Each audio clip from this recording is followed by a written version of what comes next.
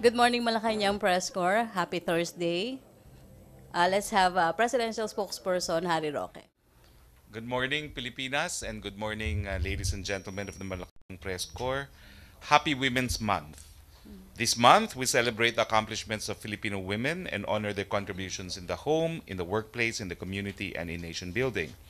As Women's Month commences, the government underscores a commitment to protect the Filipino woman's dignity, upholding women's rights, and giving women the recognition they properly deserve, not just the ilaw ng tahanan but the haligi as well. We're working towards the fulfillment of women's rights to comprehensive health services as we introduce legislation. House Bill number 4757 is one of such a bill, and this provides that at least 12% of annual internal revenue allotments be allotted for local health programs, including maternal health care. Our goal is to create a Philippines that puts forward the Philippine woman as an equal partner in nation building. Inclusive development can only be realized with equality and genuine collaboration between men and women. Good news. We are pleased to announce that the Subic-Clark-Tarlac Expressway Mabiga Interchange and the North Luzon Expressway Santa Ines Magalang exit are now open to the public.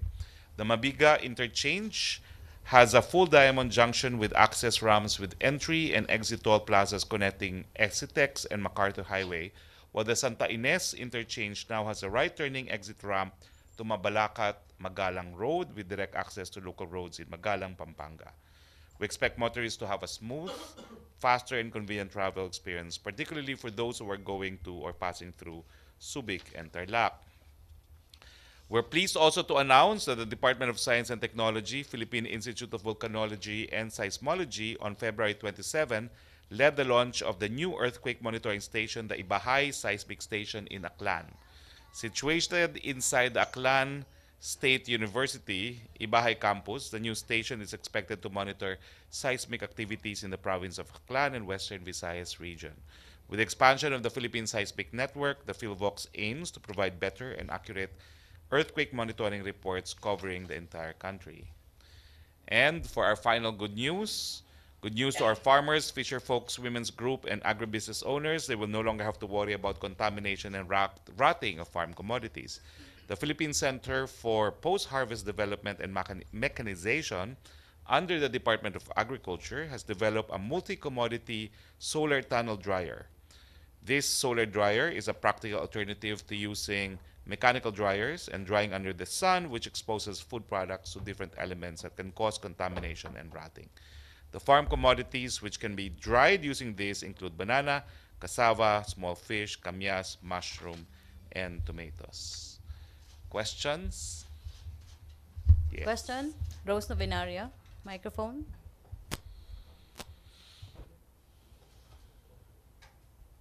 Hi sir, good morning. Sir, simula po ito ng Women's Month. As Presidential Advisor on Human Rights po ni Presidente, maaari niyo po ba siyang payuhan na medyo mag-ingat dun sa kanyang mga komentaryo hinggil po dun sa kababaihan dahil nung nakaraang araw po sa kanyang speech, parang binanggit na naman niya yung parang yung ari ng babae, yung parang dun po sa sa patungkol po dun sa mga rebel returnees na kababaihan. Nag-explain lang naman siya na medyo hindi naman literal yung kanyang nais sabihin, medyo iniinis niya talaga yung mga Amazona, no? Pero hindi naman literal yung kanyang nais sabihin. But I will advise him as you recommended. Opo, kasi yung naghihimok po tayo na nagbabalik loob sa pamahalaan, parang improper naman po sa kanila na insultuhin po sila ng harapan ng isang punong ehekutibo. Sige po, point well taken po. Question, MBC. Pia Gutierrez. Microphone, Ina. Hi, sir. Sir, recently, the chair of the National Council of PDP Laban, Mr. Rogelio Garcia, aired several grievances against Speaker Pantaleon Alvarez. Number one, for apparently holding a mass oath-taking for new members of the party without a mandatory basic seminar. And number two, for apparently not inviting old members dun sa anniversary. So my question, sir, is the President aware of these grievances, and is he doing something to appease the old members of the party? The President has said time and again that the management, although he remains chair of PDP Laban, the day-to-day management of party affairs has been delegated to both Senate President Coco Pimentel and House Speaker Pantaleon Alvarez, as well as Energy Secretary Cusi. No? So the question is, does the President know about these gripes? Well, the President defers to the leadership. I'm sure this will be threshed out in due course. But the President has full trust and confidence in Senate President Pimentel, Speaker Alvarez, and Secretary Cusi. Thank you, sir. Okay, Laila Salaveria. Good morning. Sir, can you explain to us the President's concept of the joint exploration with China? Because he mentioned that it will be like co-ownership. Does this mean we will be recognizing China's sovereign rights or sovereignty over disputed areas? Definitely not. The President just wanted to explain that joint exploration and exploitation will be undertaken by both Philippine and Chinese nationals. Now, having said that, ownership is not material here because really the areas that may be subjected to joint development is EEZ, Exclusive Economic Zone, where we only exercise sovereign rights. So let's not talk about ownership because sovereign rights is different from title, no? But sir, Justice Carpio mentioned earlier that joint exploration could be contrary to the Constitution because the Philippines has exclusive right to exploit its the resources in the EEZ. Again, Justice Carpio dissented and was the minority view in Labugal. The existing jurisprudence is yes, we can enter into joint exploration and joint exploitation with foreign entities, provided that it complies with the Constitution. Among others, it be pursuant to a written agreement signed by the President and submitted to Congress. Sir, That's the majority and the jurisprudence in Labugal versus Secretary of Environment and Resources. Sir, last night, just to be clear, any joint exploration with China won't require us to recognize its sovereign rights or sovereignty over Certainly the not. areas. Joint exploration is exactly what it is. It's a practical solution for the Filipinos to utilize natural resources without having to deal with the contentious conflicting claims to territories. Thank you. Alvin Baltasar.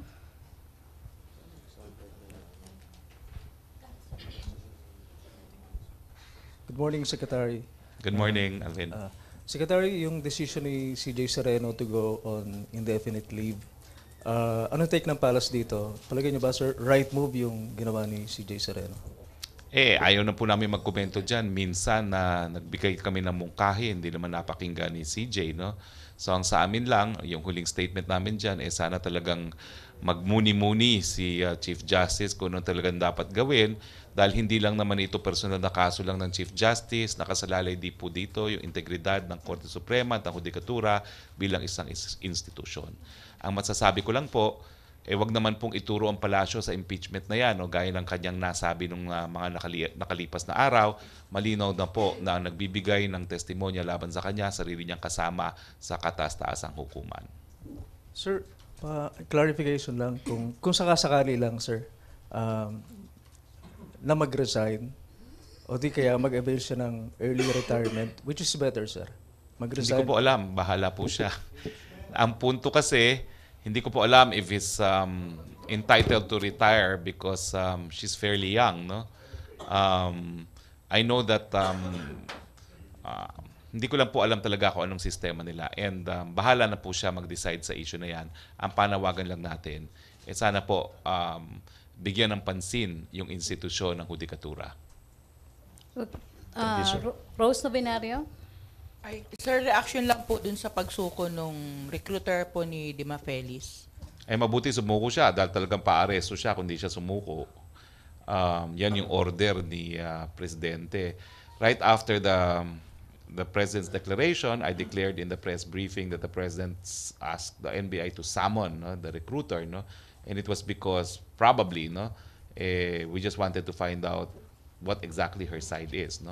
But we're happy that she surrendered and spared the NBI from conducting a manhunt for her. There will be many questions that she has to answer. Sino ba talaga yung dapat employer niyan? Bakit parang nagkapalitan ng employer na hindi naman na-report sa POEA? Alam mo, ang struktura kasi ngayon ng POEA, bago ka umalis, dapat may aprobadong kontrata na napirmahan at hindi dapat nababago yung mga partido sa kontrata. At nakapagtataka na parang dito sa kaso na ni Ms. De Mafiles, parang nabago yung employer. No? So, dapat natin malaman at magkaroon ng kasagutan itong mga ganitong bagay-bagay. Okay, Raymond, follow up sa Demafelis. Other issue, Raymond Tinasa. Ay sir, doon lang sa NFA saka sa rice supply. Sabi mga panukala, yung mga magsasaka, yung grupo ng mga farmers na ipinagmamalaki daw natin yung 2 billion na additional na buwis mula sa train at saka yung 7 billion na standby para sa pag-angkat.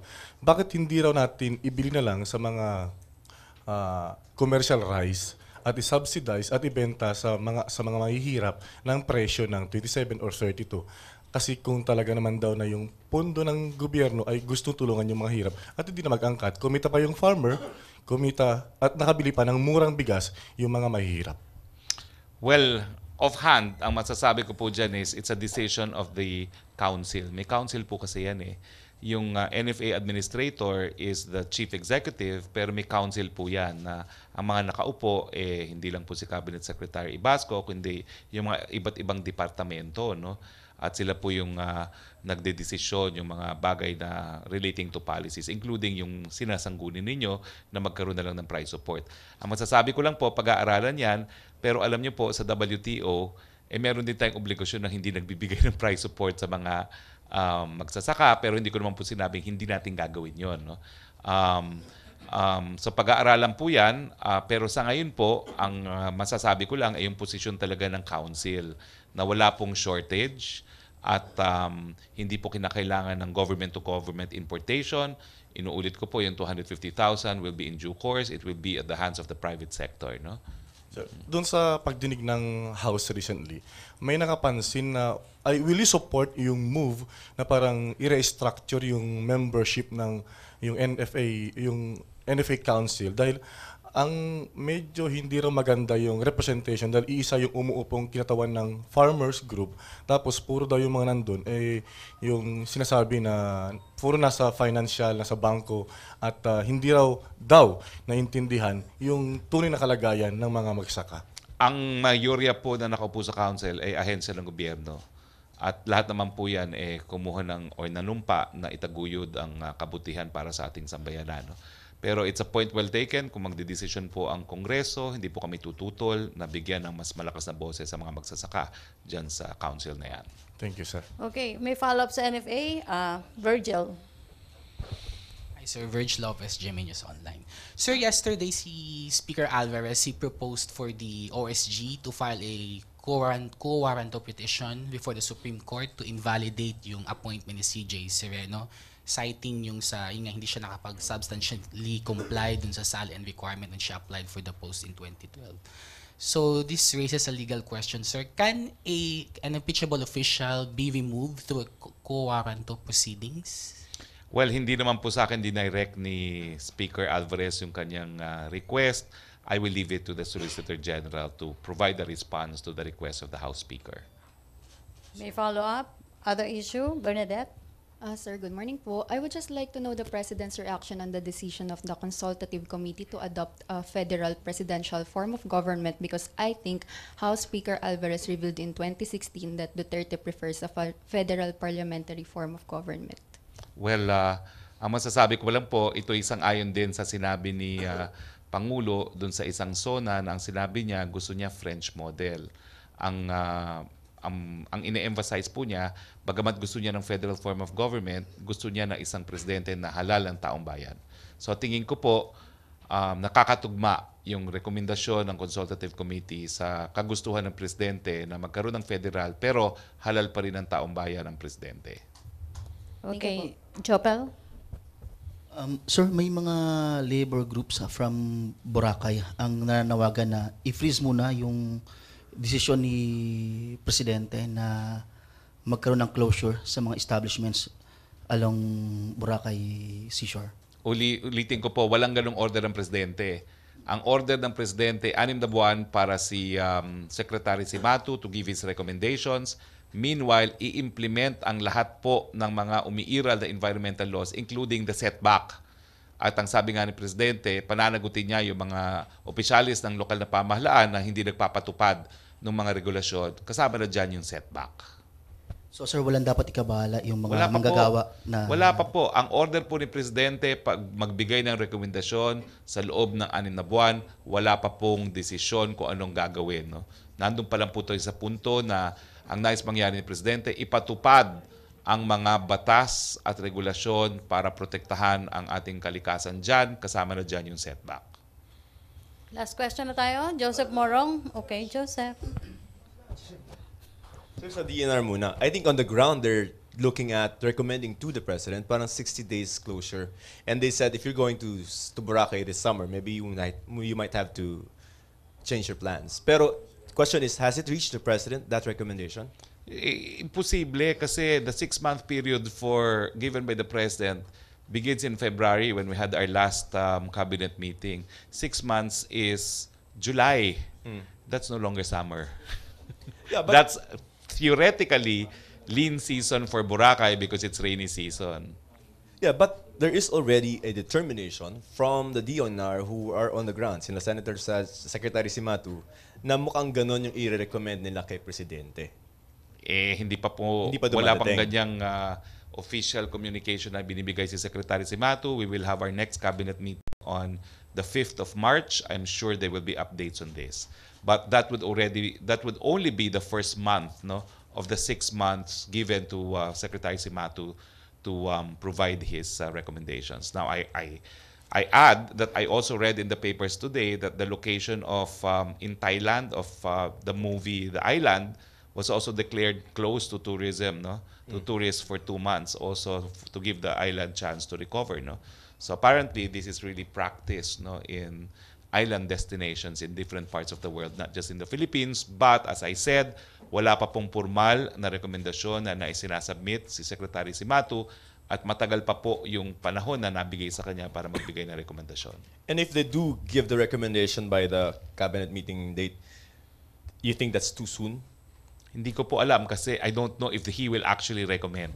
Marami na pong nabubuong agenda dyan which I'm not at liberty to state, but I can confirm that definitely the President would want an update on what Secretary Simatu has found out, no, at least in the past month. Okay. Follow up.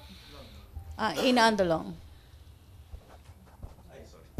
Sir, a clarification. Doon po sa last briefing, you mentioned 60 days yung binigay kay Secretary Simatu, not 6 No, months. 6 months yun sa cabinet meeting.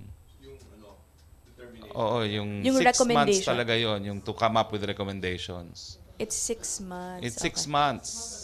6 months. 6 months po. Okay. Anyway, sir, just this is in relation to Lila's earlier question. So what did the President mean when he used the word co-ownership in his speech yesterday Well, regarding joint exploration? they will jointly develop and explore for resources, no? So, ganun po 'yon, no? So, it's a joint undertaking which is probably akin, but we're not talking of title here because as I said in the first place, it's really exclusive economic zone. So, we're talking of sovereign rights. Sir, in a joint exploration, can you give us an idea on what China could get out of it? I mean, what limitations would be set by the Philippine government in such an agreement? I do not know. That's really speculative, Pano, because they're still discussing. It's not a done deal. On our part, there are political considerations. On the part of China, there's also consideration that they're not used to entering into joint agreements. No? So let's not speculate what will happen. I think there's a decision that it will be to the best of our national interest to benefit from the resources in the disputed area, but there's no meeting of the minds as of yet. Thank you. Okay, Ace Romero. Sec matter of semantics lang. So why did the President use the term ownership? If kanina in-explain nyo, hindi naman pala kailangang i-recognize yung sovereignty. Why use the word ownership? Kasi parang he's trying to explain what will happen na you will jointly undertake an exploration and exploitation activity.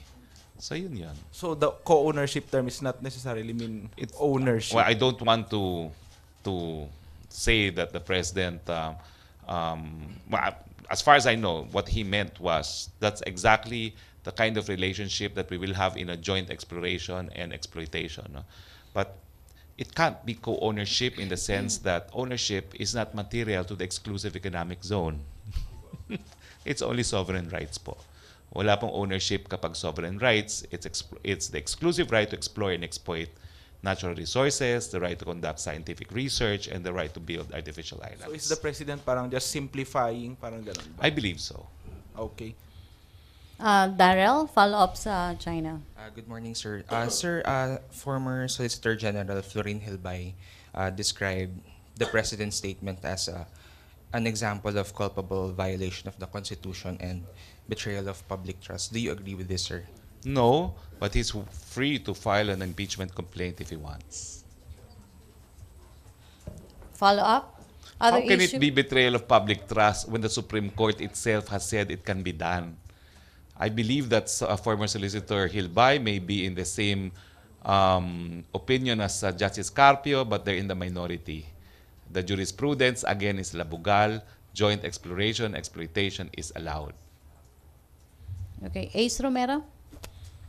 Secretary, Omidyar Network just donated its PDRs to Rappler, and according to Omidyar, the donation completely eliminates the sole basis of the SEC ruling against Rappler and strongly believes that the news website should continue operating unhindered in the Philippines.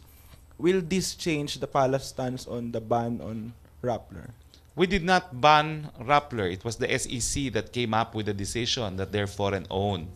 And therefore, on that basis, they declared the corporate existence of Rappler Inc. as being null and void. No? Now, what is our view of this act of Omidyar? I think they acknowledge that their PDR contravenes the Constitution and our existing laws. It's an admission against interest that they violated our Constitution because they said now it removes the only obstacle from that keeps Rappler from operating. No? That's an admission. Okay, now that and we're happy that they admitted because now we can say even Rappler now admits that they're not victims of censorship. They're not victims of infringement of press freedom, no less than their founder violated that they now admitted that they're in violation of the Philippine Constitution, took steps hoping that this will rectify it. What's our position? I doubt if that will cure it because it has already been declared as void. So if they want to assist Rappler, they must form a new corporation anew. So you believe the SEC decision will not be changed because of this act? Number one, the SEC can't do anything about it because they've already decided on it. It's now in the CA. If at all, it is the CA that could consider it. No? But as far as I know, no change in circumstance could affect an issue already brought to court, no? Unless it will render it moot. But the issue here is, was there a violation of the Constitution because of the PDR issued by Rappler? Okay, in relation to that, meaning hindi pa rin makakapag-cover dito sa Malacañang yung Rappler? Of course. Okay. Thank you, Secretary. Joseph Morong? So yung act po ng Omidyar, what position does it strengthen? The decision of the SEC or Rapplers before the CA? Nako, it strengthens the decision of the SEC because it's an acknowledgement that they violated the Philippine Constitution no less. And they're hoping to rectify it. And the curing cannot happen while it is in the CA?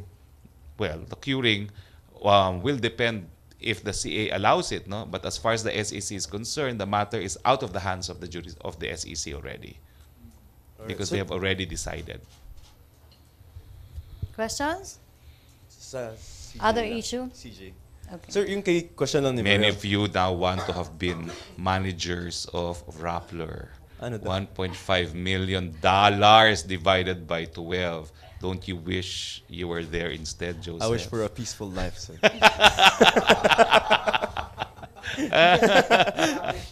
Sir, sa CJ lang. Okay, so ang process of, yung question lang ni Varela, I wanna push it lang.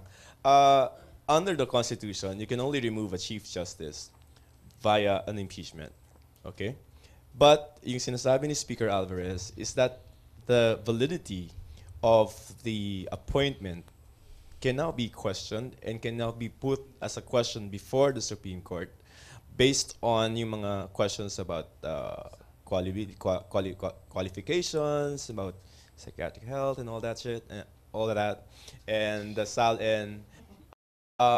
it is a novel idea, sir, right? But can it be done?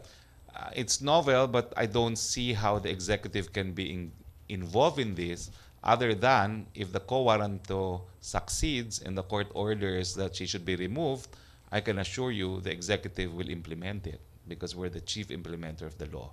But we will defer to the decision of Congress. We will defer to the decision of the Supreme Court itself if and when this issue is brought to its attention. Okay, follow up. Sa China ulit. So, any potential energy deals between Manila and Beijing, would it be government to government or company? If ever, The Constitution and Labugal says that it must be pursuant to a contract, written contract entered into by the President and submitted to Congress. Okay, last question. No more? Okay. Joseph. Sir, di ba may naudlot, Arroyo administration, yung kila MVP, yung service SC something number with regard to joint explorations. Will that be resuscitated? I do not know because I have not gotten official communication from the Department of Energy. Okay, so it's just a soundbite no, on Well, China. you know, okay, the soundbite is kinakailangan po munang magkaroon ng kasunduan ang bansang China at ang Pilipinas para magkaroon ng joint exploration and exploitation dyan sa pinag-aagawang West Philippine Sea. Pero hanggang wala pong kasunduan na ganyan, hindi po posible, no?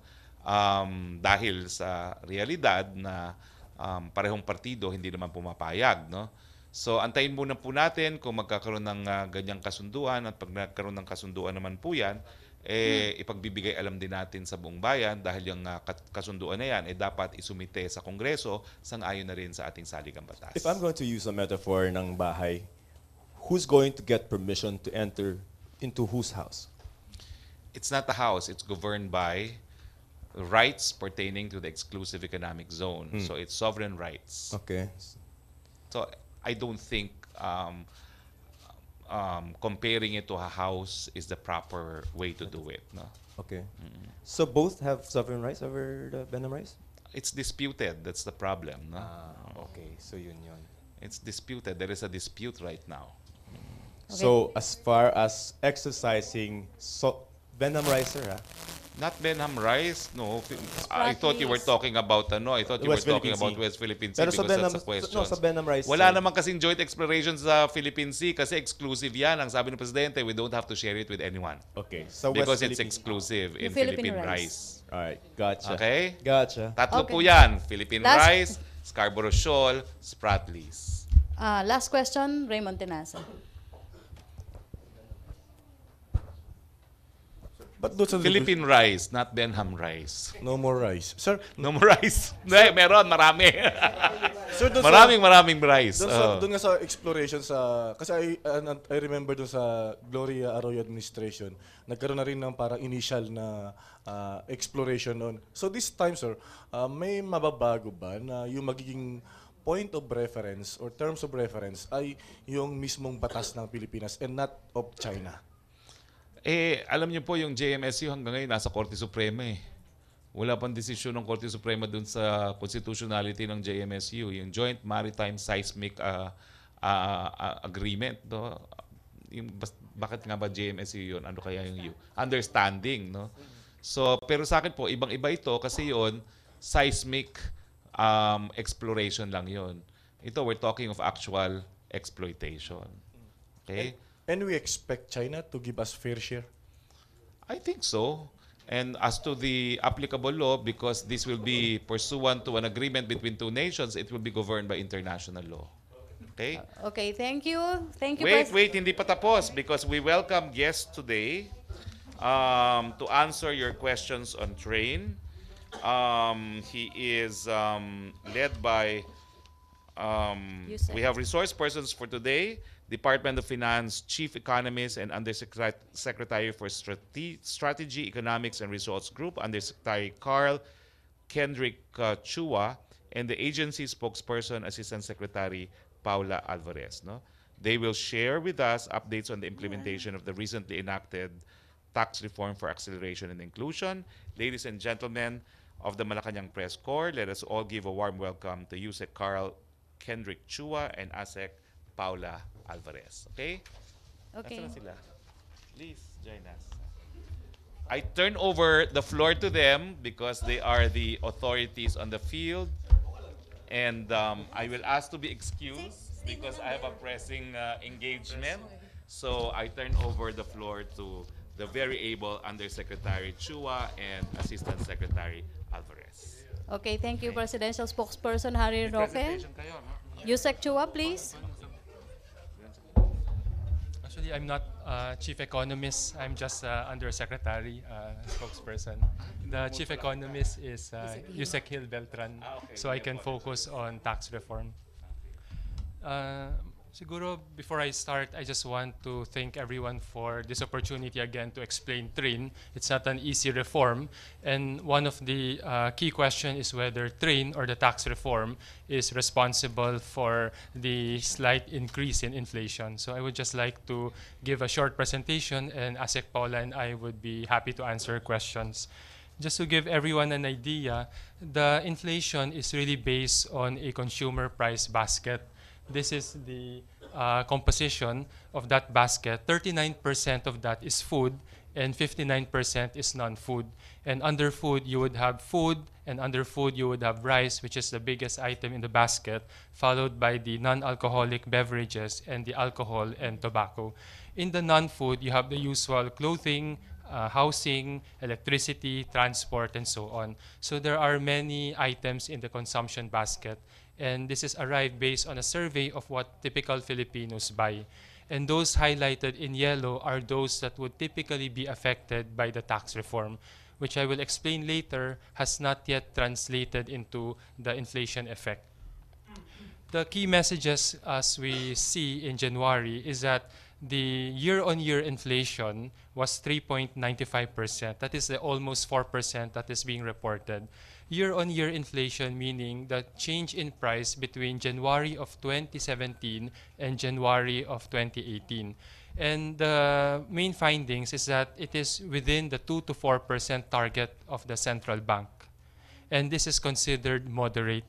Although it is at the higher end, it is still within target. And 1 month of slightly higher inflation is not a cause for concern because the target is set for the entire year. And what makes the January a little higher is that the base effect is present, meaning sa January 2017, the inflation was quite low at 2.7. That is why there is room to grow the price. In NCR, 5.45 yung inflation. But outside NCR, it's really lower, 3.53. Because the poor and the low income are mostly outside NCR, we don't think that this inflation is a major concern for our low income countrymen. Some of you may ask if the 4% or 3.95 is high. It is actually very low and stable. Historically, we have gone through 10%, 20%, and even 50% inflation. So this chart basically says that over time, we have been doing quite well in making our inflation low and stable. So at 3.2 last year and 3.95 this year, we expect that to remain within the central bank's target. And so this is not a cause for concern.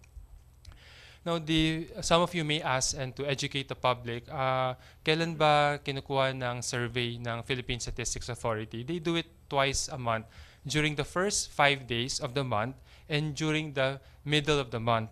And given this, train is unlikely to be the reason for the higher inflation that we have seen. Why? Because most of these firms selling alcohol, tobacco, sugar-sweetened beverage, oil are still selling old stock, which they bought in 2017 and should not be levied the higher excise. So if there is any higher inflation that we have seen, it's probably due to other reasons. In fact, what we see is that in petroleum, although the inflation of petroleum products is 7.2%, none of that was caused by trade because the peso's depreciation is 1.5%. and the Dubai crude increased by 19.6%. In fact, if we look at month-on-month inflation, meaning the change in price from December to January, we actually saw it to be slightly negative at 0.8. So there's no way for TRIN to have caused the higher petroleum products. In fact, it is due to the peso's depreciation and the higher Dubai crude. Sugar-sweetened beverage, mababa rin yung inflation, 2.8%. Alcohol, we expect it to rise 4% kasi yung sin tax every year may 4% adjustment, pero mababa rin siya. So yung main message is, if these products that are affected by TRIN hardly increase, and the only reason why petroleum increase is a Dubai crude, and all other products increase, there must be something else that's driving the increase, and not TRIN. That is the key message. Now, in terms of food, what we have seen is that overall food inflation is higher at 4.52%. However, rice is still low as of January at 1.4%. In fact, the only product in the food basket that is higher than 10%, which is a cause for concern, is fish. However, that reflects the typhoon that went through the middle of the country in December, and also yung close fishing season. Typically, November to February, hindi pwede mag-fish ng big fish variety. Now, actually, what we think is the real driver of higher inflation, aside from possible profiteering, is that the tobacco industry is now paying the right taxes. Tobacco inflation actually in January was 17.4%, when we expect it only to increase by 8%. And this is likely to be due to one company which is now paying the right taxes after being caught smuggling and producing illicit cigarette. In fact, that company, under the new management, is now paying almost 2 billion more per month. In fact, if we had the situation wherein that company would still be producing illicit cigarette, therefore not paying tax, and we would see our inflation to be 3.75, which is more or less the norm that we expect. But since someone is now complying and paying the right tax, we see higher prices and thus contributed to inflation. Our estimate, as many of you have seen in previous presentation, is that we expect the train to contribute a maximum of only 0.7% to our inflation. So if the target inflation on average is 3% this year, it would be 3.7 maximum. And the 0.7 is due to train. And NEDA and the BSP both have confirmed our analysis. Finally, many of you know that we came from a period of very high oil price. And then oil price went down and started to go up in the last 3 years. What really happened was when diesel increased from 18 pesos to 32 pesos, between January of 2016 and January of 2017, that 14 peso is at 76% increase in the diesel price. We did not see any of the key commodity items skyrocket. Inflation overall in 2016 was 2.7%. Food inflation, 3.4%. Transport, 2.4%. Housing, electricity, gas, water, 1.8%. In fact, based on the survey that DTI does every month on the price, they did not see any significant increase, if any, among the key products. Laundry bars, sardines, pork, rice, yellow corn, fish, noodles, lahat po sila hindi po nagbago. Habang yung diesel, umakyat na po ng 14 pesos. So, in summary, I would like to assure the public that this train has been well studied, well consulted, and the inflation very well manageable. We have also other ways to help the poor in case inflation goes up higher. We have the conditional cash transfer. We have the rice subsidy. We have under the train the unconditional cash transfer.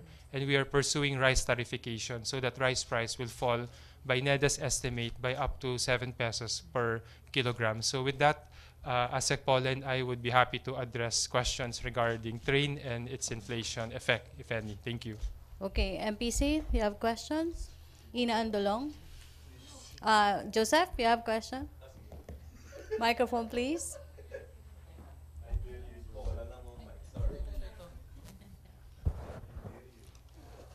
You listen. So sir, yung contribution for 2018, no, 0.7 lang yung attributable to train, right? Train, The yes. inflation. Yung January na rate, do you expect that to taper off? Kasi I think I heard si Secretary Pernia or si Secretary Dominguez, sinasabi niya it will taper off as we go. Sa tingin namin magte-taper off yan. Kasi in January, yung nag-ikot po yung DTI and DOE, marami pong nahuling mas mataas sa SRP. So pinagsabihan na sila, binaba na nila yung presyo. And eventually people adjust. And there are many other factors. Lalo na pag pumasok na yung rice tarification, I think we can hit our target of no more than 4% for the full year. So you think, sir, that yung ni-report ng PSA na mataas na January inflation, that's manufactured based on price manipulation? Yun ba yun? Sa tingin namin, there's no reason for train to be the cause for the slightly higher inflation. And if there is, it would be other factors. And profiteering might be a reason because we have already seen some evidence of it. Sir, tobacco lang, yung nakikita niya na nag-drive ng January inflation?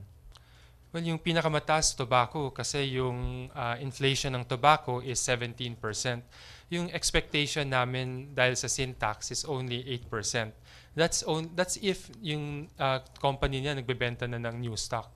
Pero what if old stock pa binibenta, so dapat walang increase. Pero since itong better governance sa tobacco industry, mas malaki na rin yung binabayad nila. Almost 2 billion per month ang additional. Kaya kung nagbabayad na po sila ng tamang tax, siyempre yung presyo po ng sigarilyo tumaas na rin. Kaya doon po natin nakita yung higher inflation ng tobacco, which contributed to the higher inflation overall. So just tobacco, no other products? Kasi parang Wala kaming nakitang other products na of certain concern except yung sinabi kong fish because may bagyo at may close season. All other products are well under the double digit and closer to 5% or less. All right, thank you. Okay, questions? Ace? Yusek, nasubmit na yung second package sa Congress, ano? Nasubmit na po sa Congress, tama po. Ano po yung nakikita yung contentious points dun sa second package? Kasi sa first package, ang daming umalma. For example, dun sa cooperatives, dun sa higher excise tax. Yung sa second package, ano yung nakikita ninyong pinaka-challenging na provisions? Well, kung walang challenge ang isang reform, hindi siya tunay na reforma. So may challenge talaga. Pero ang nakikita namin ay balanse kasi yung aming mungkahi. Meron po tayong lowering ng corporate income tax. At ngayon po, ang mga small and medium enterprises, nagsisikap po sila, pero sila ay nagbabayad ng 30%. In ibang bansa, 20% na lang. Kaya kailangan natin ibaba yung corporate income tax. Pero hindi po natin pwedeng gawin yan kung hindi po natin lalawakin yung base ng tax. That is why meron po tayong fiscal incentives rationalization. Yung nakaraang administrasyon under President Arroyo, Aquino, Ramos, sinubukan po nila yung fiscal incentives pero hindi po sila nagtagumpay. Ngayon po, mayroon po tayong data o mga datos galing po sa TIMTA law. Yung TIMTA ay yung Tax Investment Management Transparency Act na requiring all firms receiving incentives to submit data on how much they got and what they contributed. So yan po ay makakatulong sa atin. So hindi po madali pero sa tingin po namin mas kaya ngayon. Kasama sa second package yung rationalization ng fiscal incentive. Kasama po siya.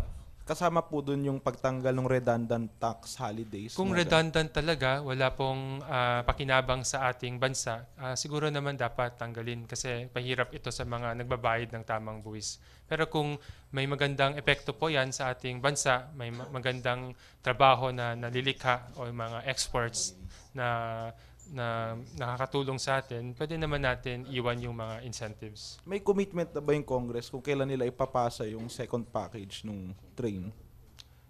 Well, yung Kongreso kasi dadaan sa mahabang hearing eh. So siguro ang gusto po namin sana ay bago magtapos po yung taon ay maipasa na po yung second package. Pero siyempre dapat pakinggan po natin lahat ng mga sektor ng lipunan. Yes. Okay, questions? Sec Paula will add. Virgil Sec and... Paula. Okay, Okay. Just to clarify, no, what we mean by yung sa fiscal rationalization of fiscal incentives is kung titignan nyo kasi merong malalaking industriya na nakakakuha sila ng mas malaking kita kasi yung kanilang incentives, yung kanilang holiday, talagang mahaba na binigay sa kanila. Like for example, yung iba doon, walang sunset provisions. So what we're trying to do now is, syempre, yung SMEs, yung mga small and medium, ano sila, like 30% talaga sila natatax. Pero kung ilo-lower mo sila, dapat yung mga mas malalaking companies na nag-e-enjoy ng mas matagal, dapat pag nakuha na nila yung kanilang capital, kumbaga if you're operating for 40 years, tapos hindi ka nagko-contribute sa economy kasi nga meron kang mga holiday, dapat siguro i-rationalize natin yon. So what we want is not to completely remove it, but for others to, for example, lagyan natin ng sunset provisions, lagyan naman natin na, pag ganito na yung cap mo, dapat mag-contribute ka na sa economy. So that's the idea why we want to rationalize. Virgil? Anyone can answer. Would you know if yung 200 pesos na train subsidy, has this been downloaded, rolled out already the poor households? Yung 200 na subsidy, actually lump sum ibibigay yan eh. Hindi po 200 per month. Isang bagsakan yan, 2,400. Ayon po sa DSWD schedule, yung mga 4P beneficiaries ay nagsimula ng makatanggap po ng cash transfer. Kasi top up lang ito sa kanilang regular subsidy. Yung mga non-4Ps, yung mga senior citizens, ito po ay ang focus in the next few months. When, sir, na bigay yung sabi po ng DSWD, February. Kasi every February and every 2 months thereafter, nagdi-distribute ng 4P subsidy. So, sinasabay yan. Okay. Last 2 questions na tayo. RJ and, Badet and Joseph. RJ. Sir, we're heading towards federalism, and can you give us a bigger picture of the fiscal policy of that form of government and how it is different from the current policy? What precautions do you consider as we adopt that? Actually, mahirap mag-speculate kung anong form of fiscal policy. Kasi yung form of federalism, hindi rin parang confirmed or final. So once may confirmation na kung anong itsura ng federal government, ito ba'y parang US, Canada, Malaysia, doon pa natin pwedeng bigyan ng pansin kung anong tamang fiscal policy. Okay, sir. So, sir, another question. In the first 2 months of the implementation of Train Package 1, how do you assess it in general? Well, I think in general, it was quite successful. We give 10 billion peso per month at least to working people. And that's fueling a lot of the positive consumer expectation. The revenue collection in the first 2 months are on target. And our inflation has remained manageable. And of course, we will continue to monitor and make sure that the fruits of Train are going to be well spent. And what unexpected challenges, sir, if there's any, has the government encountered so far? Well, wala pa naman kaming nakitang malaking challenge. Alam mo naman yung Train, 18 months tong we prepared for 18 months. It was well consulted, everyone in government contributed. If there are challenges, then I think it would be easy to address. Sir, any significant lesson in the implementation which can be applied in the second package implementation? Ang maganda naman sa Train Package 1, maganda yung research. 700 consultations ang ginawa namin. So tutuloy po namin yan para marinig po ang lahat ng mga concerns po ng mga affected sector. So tuloy and we will do and build on it. Thank you, sir. Okay, last 3. Badet, Joseph, and Ace. Hi, sir. I have 3 questions po. 3. Wala po bang plano yung gobyerno to increase the subsidy for the poor given the increase in rice prices po? As you said po, we only have 1.4 rice inflation, 1.4% po. Pero syempre po, we need to take into consideration yung problem po with NFA rice. So wala po bang plano yung gobyerno to increase the subsidy? Ang plano namin, ibaba yung presyo para lahat will benefit. Kasi if you give a subsidy, that means you're taking it from the budget. Someone's not going to benefit from it. What if a school, public school, or a healthcare center needed that money more than those receiving the subsidy? So ang balak po namin, we tarify the rice, and that can raise some taxes, but also significantly reduce the rise of price. The estimate of NEDA is by as high as 7 peso per kilogram yung kayang ibaba once we do this important reform. Okay, sir. Next question, sir. What does the government intend to do to prevent profiteering po? Well, alam mo yung profiteering, mahirap yan. Hindi naman kaya natin bantayan lahat ng mga negosyante. Pero ang ginagawa natin since the first day of train is DTI and DOE have been going around monitoring prices, and some of them were captured well in the media. Yung mga nahuling mas mataas sa SRP, pinagsabihan at marami naman nag-rollback ng price. And besides, there are many other factors that we should consider. So we just have to be vigilant, continue our work in monitoring, and for the public to inform the government kung mayroon pong nagsasamantala ng price. Okay, sir.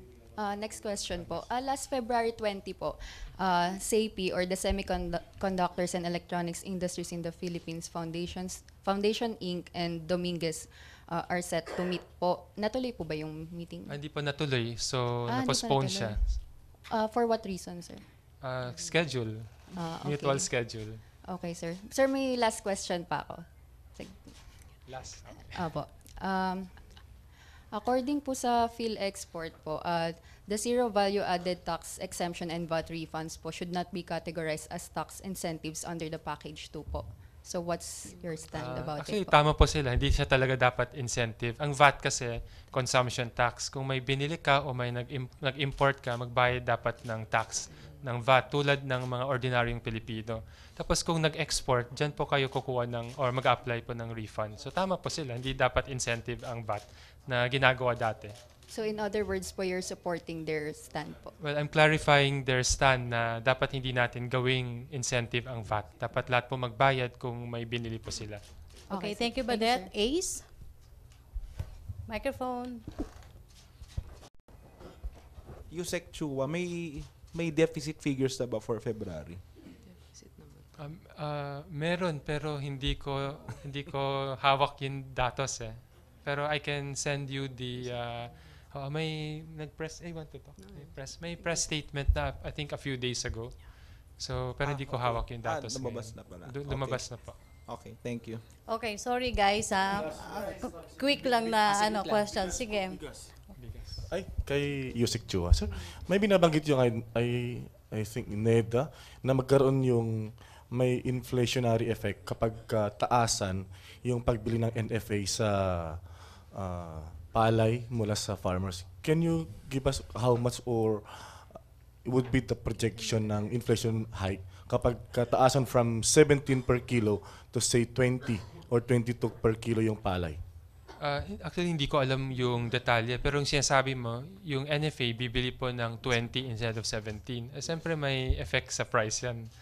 Unless na i-absorb po ng NFA yung loss. So depende yan kung anong pong gagawin ng NFA. Pero hindi ko alam yung detalye. Okay, final last two are Virgil and Joseph. So, sir, 2 questions lang. May inflation forecast na ba for February?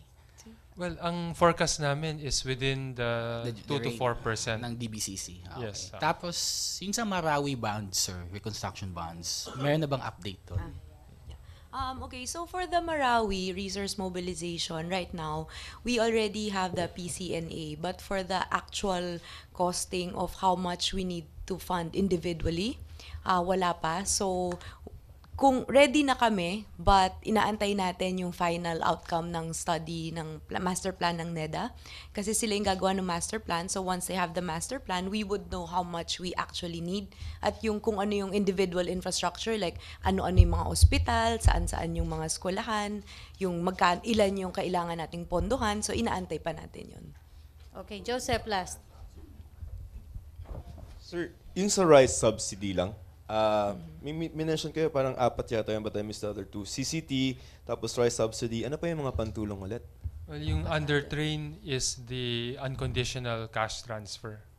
How is that different from the CCT? Well, CCT is conditional. Yeah, You have I know. to But attend school and go to the health center. Yung unconditional is wala talagang condition. All the poorest 10 million families get the subsidy. Sir, yung sa rice subsidy, paano yan i-operationalize? Alam ko yung rice, nagsimula na yan last year. Hindi pa siya part ng train. yan yung parang top up sa mga CCT families. Kasi yung concern po nila, yung amount ng CCT subsidy, hindi na po nagbago yan since the start of the program. So sabi po nila, tumataas yung presyo, pero yung amount ng CCT hindi nagbabago. Kaya dinagdagan po ng rice subsidy. So even before train meron na yan? Even before train meron na po yan.